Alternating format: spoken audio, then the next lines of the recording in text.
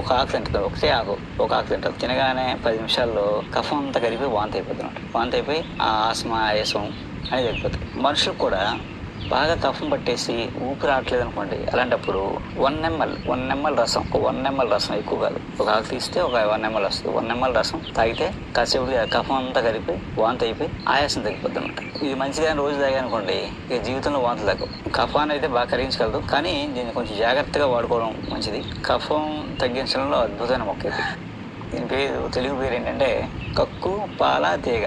కక్కు అంటే వాంతి కదా, ఈ ఆకు తింటే వాంతి అయిపోద్ది అనమాట. అందుకని దీనికి ఇంకో పేరు ఉంది, మేక మేయని ఆకు. మేక మేయింది ఏమి ఉండదు, అన్ని తినేత అన్ని కొరుకుతుంది సరదాగా, కానీ ఇది కొరకదు. ఒక పొరపాటును కొరికింది అనుకుంటే తినదంతా కక్కేద్ది అనమాట.